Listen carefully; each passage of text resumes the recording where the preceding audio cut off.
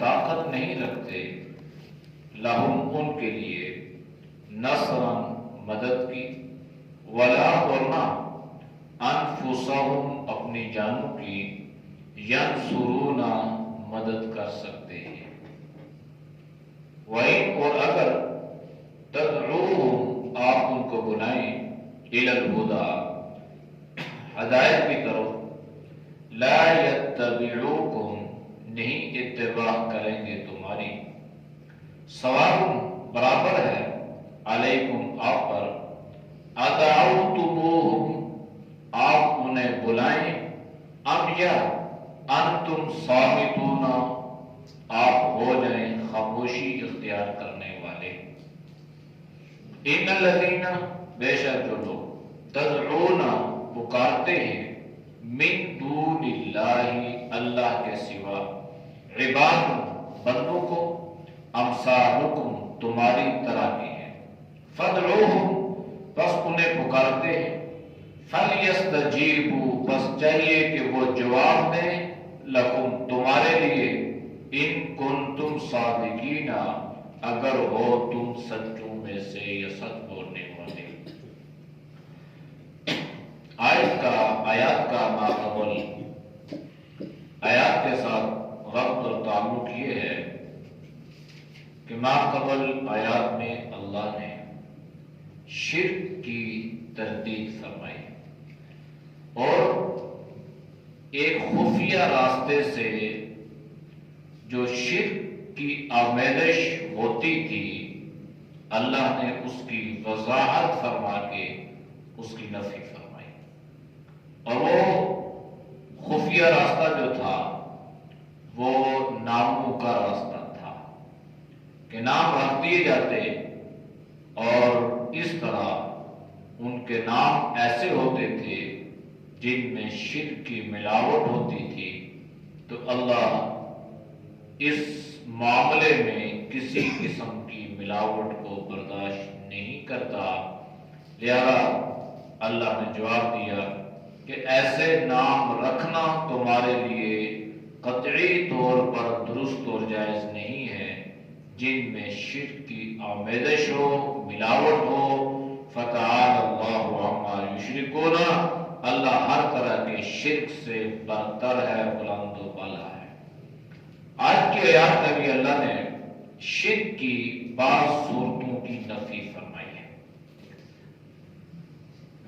شرک کی جو ابتدا ہوئی تھی وہ حضرت نوح علیہ السلام کے زمانے سے ہوئی اور شرک جو ہے یہ بڑھتا چلا گیا اور مختلف ادوار میں شرک کے مختلف طور طریقے اپنائے گئے کہیں پر ناموں کے ذریعے سے کہیں پر ملائکہ کے ذریعے سے کہیں پر انبیاء علیہ السلام کے ذریعے سے اور کہیں پر بزرگان دین کے ذریعے سے اور کہیں پر مورتیاں بت پتھر چاند سورج ستارے یعنی یوں سمجھیے کہ کوئی ایسی چیز کائنات میں نہ بچی کہ شرک کرنے والوں نے اس چیز کو اللہ کے ساتھ شریک نہ کیا ہو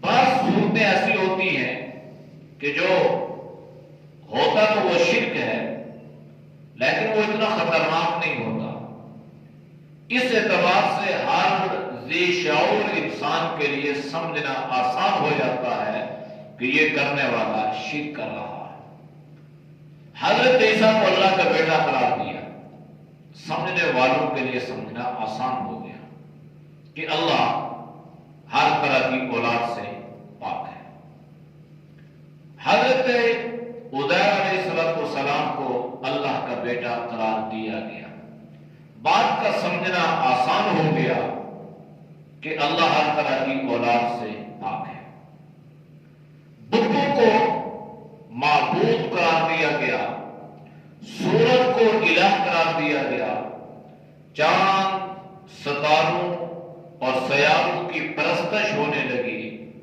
تو ان کا سمجھنا انسان کے لیے آسان ہو گیا جس کو اللہ نے معمولی عقل اور شعور عطا فرمایا تھا، وہ سمجھ گئے کہ یہ الہ نہیں ہو سکتے، یہ معبود نہیں ہو سکتے اور یہ عبادت کے لائق نہیں ہو سکتے۔ اگر ان کو معبود بنا لیا تو یہ اللہ کی ساتھ پارٹنر بن جائیں گے، تو ہم مشرک کہلائیں گے، تو اللہ اس کو پسند یا برداشت نہیں کرتا۔ یہ ساری چیزیں سمجھنا تو انسان کے لیے آسان ہے۔ شرک کی بعض صورتیں ایسی ہیں جو بہت مخفی ہیں، جن کا سمجھنا انسان کے لیے بہت مشکل ہے، الا کہ انسان کو اللہ علم اور عمل کی دولت عطا فرما دے۔ ورنہ مسلمان ہو کے، کلمہ کو ہو کے، لا الہ الا اللہ محمد رسول اللہ کا اقرار کرنے والا بھی شرک میں مبتلا ہو گیا۔ اب یہ جس شرک میں مبتلا ہوا نا، وہ صورت انتہائی خطرناک تھی، تو اللہ نے ان صورتوں کو قرآن میں بیان فرما دیا۔ ایشرکون، کیا تم شریک ٹھہراتے ہو؟ استفہامی انداز ہے، کیا آپ یہ کام کرتے ہو؟ کیا آپ شریک ٹھہراتے ہو؟ کیا آپ پارٹنر بناتے ہو؟ کیا آپ ان کو معبود قرار دیتے ہو؟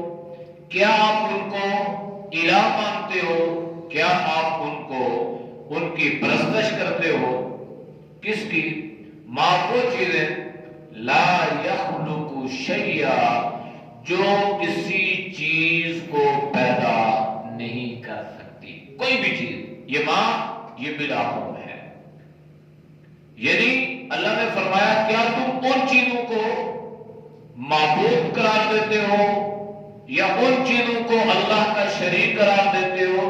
لا یخلق شیئا، جن کی حیثیت یہ ہے کہ وہ کسی چیز کو، شے کہتے ہیں نا، شے، معمولی چیز کو عربی میں شے کہتے ہیں۔ تو معلوم یہ ہوا کہ اللہ کیا فرما رہا ہے کہ ایسی چیز کو اللہ کا شریک قرار دینا، یہ کہاں کا انصاف ہے کہ لا یخلق شیئا، وہ کچھ بھی پیدا نہیں کر سکتے، اور صورت حال یہ کہ وہ ہم یخلقون، وہ خود پیدا کیے گئے ہیں۔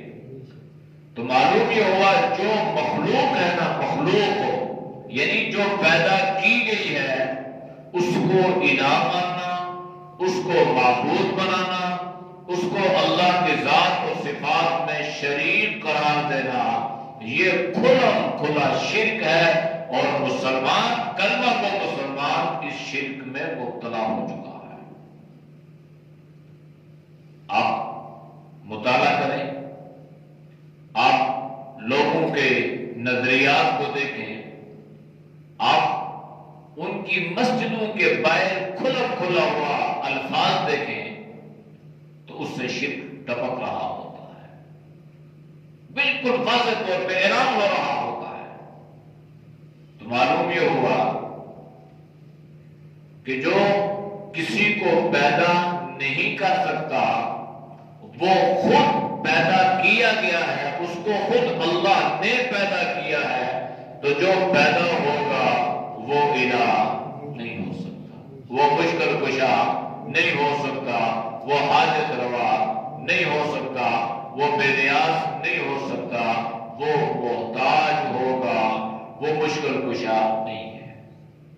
اب اس کو لے کے اگر چلے تو کائنات کا مطالعہ کریں اور لوگوں کے نظریات دیکھیں، کتنے ایسے لوگ ہیں جو اللہ کی صفات میں اللہ کی مخلوق کو شریک قرار دیتے ہیں۔ تو ابھی ترجمہ کوئی بھی پڑھ لے، کوئی بھی تفسیر اٹھا کے پڑھ لے، کوئی بھی ترجمہ پڑھ لے، اس میں اللہ نے واضح طور پہ ایشرکون، کیا تم شریک ٹھہراتے ہو؟ کیا تم شریک کرتے ہو؟ جو بھی ترجمہ، ماں ان چیزوں کو لا یخلق شیئا، جو کچھ بھی پیدا نہیں کر سکتی، وہ صورت حال یہ ہے کہ وہ ہم یخلقون، وہ خود پیدا کی گئی۔ اب اس سے بہترین آئے، واضح آئے سمجھنے والوں کے لیے اور کیا ہو سکتی ہے؟ ہمارے مسلمانوں میں بھی نا کہتے ہیں یا موسے آدم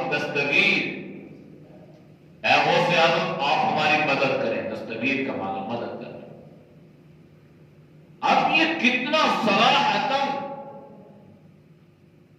یہ شرک کیا جا رہا، ان کو مدد کے لیے پکارا جا رہا ہے جو خود اللہ کی مدد کے محتاج تھے۔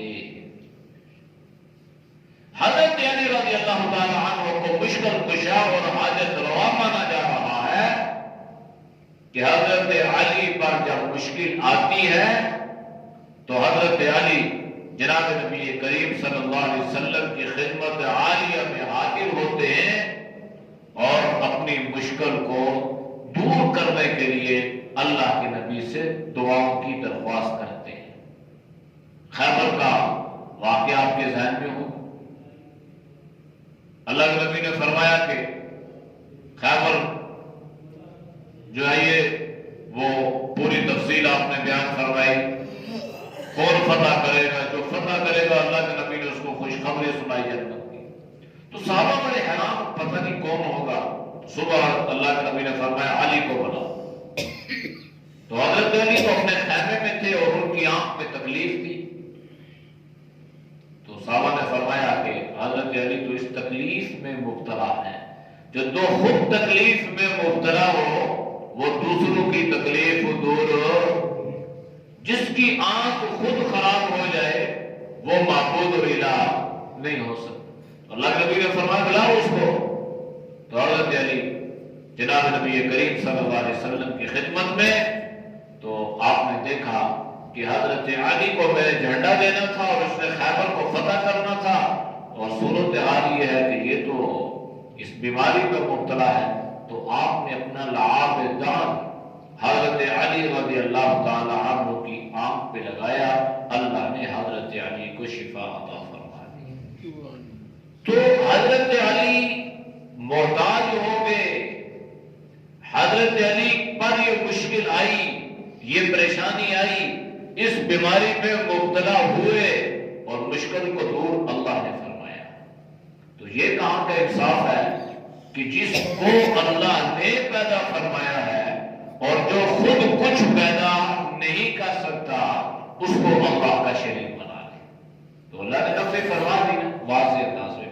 اب بھی اگر کوئی کرے تو اس کی عقل پہ ماتم ہی کیا جا سکتا ہے، اس کے علاوہ کوئی اور راستہ نہیں ہے۔ جب عقل پہ دل پہ پردے پڑ جاتے ہیں تو پھر ہدایت نایاب ہو جاتی ہے، وہ ہدایت کی دولوں سے محروم ہو جاتے ہیں۔ اتنے واضح الفاظ میں قرآن نے کھول کھول کر باتوں کو بیان کیا ہے، پھر بھی ان کی سمجھ میں یہ باتیں نہیں آتی۔ وَلَا يَسْتَطِيعُونَ لَهُمْ نَصْرًا، دوسری چیز کہتے ہیں کہ وہ کسی کی مدد کرنے کی طاقت نہیں رکھتے، ولا اور نہیں، یستطیعون استطاعت طاقت قدرت رکھتے، لہو ان کے لیے نصرًا کوئی مدد کی۔ اور صورتحال یہ ہے وہ کسی کی مدد تو کیا کریں گے، ولا انفسهم ينصرون، وہ اپنے نفس کی اپنے جان کی مدد بھی نہیں کر سکتے۔ اب قرآن نے کھول کے بیان کر دی۔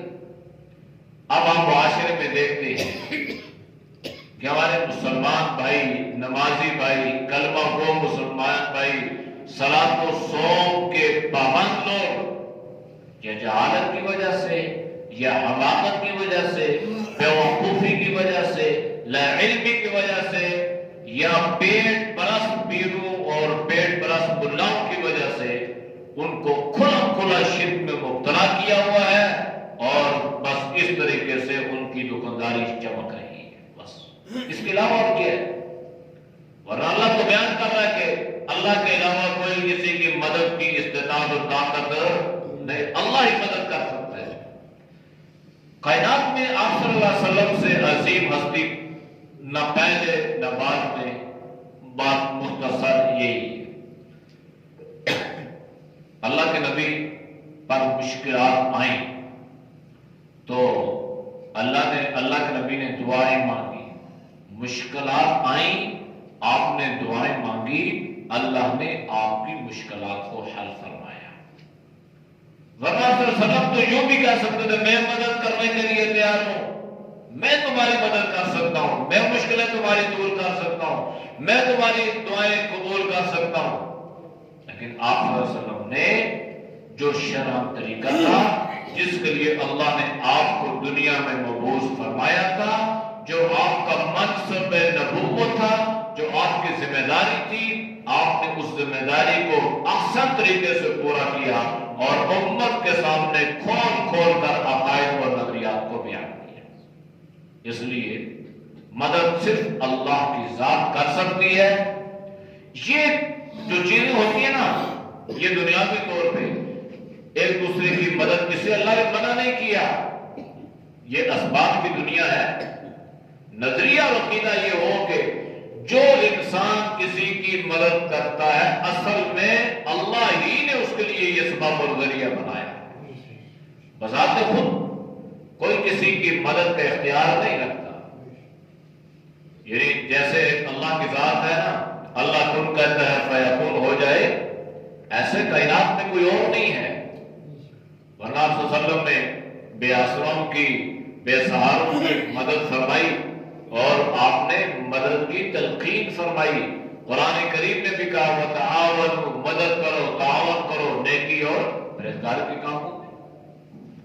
تو یہ جو مدد ہے اس کا تعلق عقیدے اور نظریے کے ساتھ ہے کہ یہ انسان عقیدہ اور نظریہ رکھے کہ مدد اللہ کی ذات کرتی ہے اور اللہ ہی اس کے لیے اسباب اور ذرائع ہی کو پیدا فرماتی ہے۔ اللہ نے آج تک آسمانوں سے کوئی چیز نہیں پھینکی، اللہ پھینکے تو پھینک سکتا ہے۔ یہ نہیں ہے کہ روز ہی اللہ نے آٹے کی بوریاں آسمان سے پھینکی ہوں اور ہر چیز اللہ آسمان سے پیسے پھینک رہا ہو۔ اللہ پھینکے تو پھینک سکتا ہے، اللہ تو قادر ہے نا، لیکن دنیا کو اللہ نے اسباب کے ساتھ جوڑا ہے، ذرائع کے ساتھ اللہ نے جوڑا ہے۔ تو جب کسی پر کوئی مشکل یا پریشانی آتی ہے تو حقیقت میں اللہ ہی دور کرتا ہے، اور اللہ دور کرنے کے اسباب اور ذرائع بھی خود ہی پیدا فرماتا ہے۔ حضرت عمر کا زمانہ ہے، آپ خلیفہ وقت ہیں، امیر المومنین ہیں، تو ایک صحابی رسول کسی مشکل میں مبتلا ہو گئے، اور خیرت جب ہوتی ہے انسان کے اندر تو بعض لوگ اتنے حساس ہوتے ہیں کہ وہ اپنی ضروریات کو کسی کے سامنے ظاہر بھی نہیں کرتے، ورنہ شرع کوئی مضائقہ بھی نہیں ہے کہ ایک مسلمان کو اللہ نے دوسرے مسلمان کا بھائی بنایا ہے تو بھائی کے سامنے اگر کوئی اظہار کر دے تو وہ کوئی معیوب نہیں ہے، لیکن عادت نہیں ہونی چاہیے، پیشہ نہیں ہونا چاہیے۔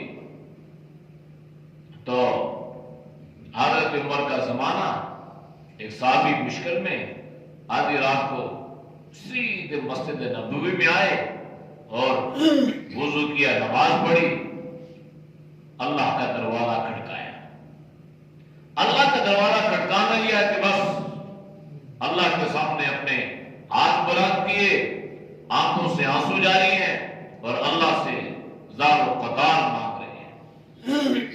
اور جب انسان پر یہ کیفیت ہوتی ہے تو انسان کو پھر دائیں بائیں کا یہ اپنا ہوش اور واس نہیں رہتا، آواز آہستہ ہے، اونچی ہے، کیا مانگ رہا ہے کیا نہیں، بس وہ اللہ سے مانگ رہے ہیں۔ آواز بلند ہوگی، حضرت عمر آرام فرما رہے ہیں، سو رہے ہیں، ادھر یہ صحابی رسول اللہ کا دروازہ کھٹکا رہا ہے، ادھر اللہ نے حضرت عمر کے دل کا دروازہ کھٹکایا۔ اٹھ جاؤ، بیدار ہو۔ حضرت عمر فوراً بیدار ہوئے، تو آپ بیدار ہوئے تو ایک عجیب سی کیفیت میں مبتلا ہو گئے۔ وہ سمجھ گئے کہ کوئی ایسا مسئلہ لازمی ہے، میری آنکھ کھلی ہے اور میری کیفیت ایسی بن چکی ہے، چنانچہ حضرت عمر نے گشت کرنا شروع کر دیا۔ ویسے بھی آپ کا معمول تھا کہ گشت کرتے تھے، لیکن آج آدھی رات کا وقت ہے اور بالخصوص تو چکر لگاتے لگاتے گشت کرتے کرتے مسجد نبوی کے پاس سے جب گزرے تو آپ کو اندر سے رونے کی آواز آئی۔ تو آپ نے کان لگائے، ویسے کان لگانا، ٹو لگانا یہ منع ہے۔ اللہ کے نبی نے فرمایا وَلَا تَجَسَّسُوا، کسی کی تحقیق میں، کسی کی ٹو میں، پتہ نہیں کیا بات کر رہے ہیں، میرے خلاف بات ہو رہی ہے، پتہ نہیں کیا ہو رہی ہے، انسان ایسے اندازے تخمینے لگاتا رہتا ہے، تو ایسے کام لگانا منع ہے۔ لیکن چونکہ ان کی ذمہ داریوں میں سے ایک ذمہ داری اہم یہ تھی کہ اپنی رعایا کے حالات سے آگاہ ہے، اس لیے وہ لگاتے۔ تو جب آواز آئی رونے کی تو کان لگا کے غور سے سنا تو ان کے کانوں میں وہ آوازیں پڑی جو وہ صحابی رسول اللہ سے مانگ رہے تھے، یا اللہ یہ دے دے، یا اللہ یہ ضرورت پوری فرما دے، یا اللہ اس معاملے میں مدد کر دے، جو دعائیں مانگ رہے تھے۔ تو حضرت عمر نے کیا کیا؟ ان کے نفس کو، ضمیر کو مجروح بھی نہیں ہونے دیا، غیرت ہے نا انسان کی۔ تو حضرت عمر بیت المال میں گئے، وہ سمجھ گئے کہ اس پر یہ مشکل ہے اور اس کی یہ ضرورت ہے، آپ نے جو جتنا بوجھ جو اٹھا سکتے تھے وہ آپ نے اٹھایا، اپنے کندھے پہ رکھا اور آ کے آپ نے مسجد کے سر پہ رکھ دیا۔ صحابی اٹھے کہ جب میں آیا تھا مسجد میں کچھ نہیں تھا، اللہ سے مانگا، اللہ نے نقد دے دیا۔ کچھ دنوں بعد بات تو کھل گئی، لیکن اللہ نے ایک راستہ اور ذریعہ کیسے بنایا؟ اللہ چاہتا تو آسمان سے اتار سکتا تھا نا، اللہ نے اتارا بھی من و سلوا، مشکل تو نہیں ہے، لیکن اللہ نے اسباب کے ساتھ دنیا کے نظام کو معلق کیا ہے۔ تو یہ جو مدد تھی یہ بالخصوص یہ اللہ ہی کی مدد تھی۔ اللہ نے حضرت عمر کے دل میں ڈالا، اللہ نے حضرت عمر کو بیدار فرمایا، اللہ نے حضرت عمر کو یہ احساس اور یہ شعور عطا فرمایا، اور آپ اٹھے تو آپ کو سمجھ لگی کہ یہ ضرورت مند ہے، اس ضرورت کو پورا کیا جائے، اس کی یہ مدد کی جائے۔ تو یہ حضرت عمر نے جو مدد کی یہ اصل میں اللہ نے اسباب اور ذرائع کو بنایا تھا۔ بناتے خود یہ نہیں ہے کہ حضرت عمر ادھر سوئے ہوتے اور کہتے کون ہو جاتا، ایسا نہیں۔ یہ اگر حیثیت اور خاصیت کسی کو حاصل ہے تو وہ اللہ کو حاصل ہے۔ تو یہ کتنے کھلے اور کتنے واضح الفاظ میں اللہ نے فرما دیا نا کہ کوئی آدمی دوسرے کی کیا مدد کر سکے گا، وہ دوسرے کے لیے کیا مددگار ہوگا، حالانکہ صورتحال یہ ہے کہ وہ خود اپنی مدد بھی نہیں۔ مشکل آتی ہے تو بھاگتے ہیں، دوڑتے ہیں، بھائی آپ لوگوں کی مددیں دور کرتے ہیں۔ ایک واقعہ ہمارے بابو جی سنایا کرتے تھے، اللہ تعالیٰ ان کو غریق رحمت عطا فرمائے۔ کہتے کسی ایسے ہی کوئی پیر لوگ تھا اور پتہ نہیں اس طرح، تو لوگ اس وہم پرستی میں بہت مبتلا تھے اور عجیب عجیب خرافات اور باتیں۔ تو ایک مرتبہ ایسا ہوا کہ اس کے گھر کو رات میں چوری ہو گئی، رات چوری ہو گئی گھر میں۔ تو جب یہ خبر پھیل گئی کہ جناب ان کے گھر میں چوری ہو گئی تو ہمارے بزرگوں میں سے بزرگ مولانا غلام اللہ خان، شیخ غلام اللہ خان رحمۃ اللہ علیہ، شیخ مکرم، تو کہتے ہیں کہ ان تقریر کی اور میں نے وہ تقریر ان کی سنی اور اس تقریر کی وجہ سے مجھے بہت سمجھ آئی۔ انہوں نے یہ کہا کہ دیکھو یہ لوگوں کا عقیدہ اور نظریہ کہ یہ سب کچھ جانتے ہیں اور لوگوں کی مشکلیں دور کرتے ہیں، اور لوگ ان کے پاس اس لیے آتے ہیں، اور اپنی صورتحال یہ ہے کہ ایک کمرے میں سوئے ہوئے ہیں، دوسرے سے چور سالہ بھی اٹھا کے لیں گے، پیر صاحب کو پتہ نہیں۔ تو یہ صورتحال ہوتی ہے۔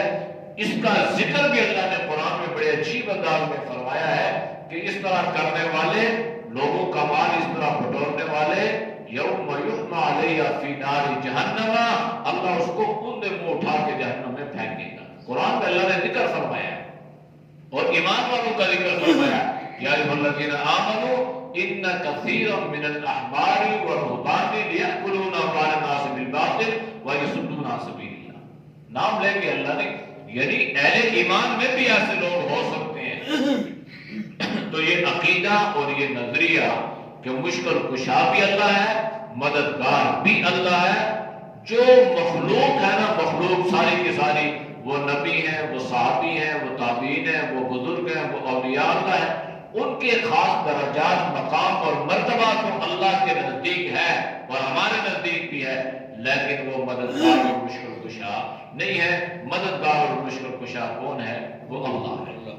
وَإِن تَدْعُوهُمْ اگر آپ ان کو پکاریں إِلَى الْهُدَى ہدایت کی طرف لَا يَتَّبِعُوكُمْ وہ تو آپ کی اتباع نہیں کرتے. بعض لوگ ایسے ہیں کہ زندگی میں بھی ان کو پکارتے ہیں یا نہیں ہے، جب وہ مر جائے روزہ بن جاتا ہے، مدار بن جاتا ہے، تو پھر لوگ اس نظریے سے آتے ہیں کہ یہ ہماری مشکلیں دور کرتے ہیں. قرآن میں اللہ نے یا ایھا الناس ضرب مثل فاستمعوا له ان الذين تدعون من دون الله لن يخلقوا ذبابا ولو اجتمعوا له. یہ لوگ جو نا اگر سارے کے سارے جمع ہو جائے اور ایک مکھی پیدا کرنا چاہے تو ان کی یہ طاقت اور یہ استطاعت نہیں ہے کہ یہ ایک مکھی بھی پیدا کر سکے.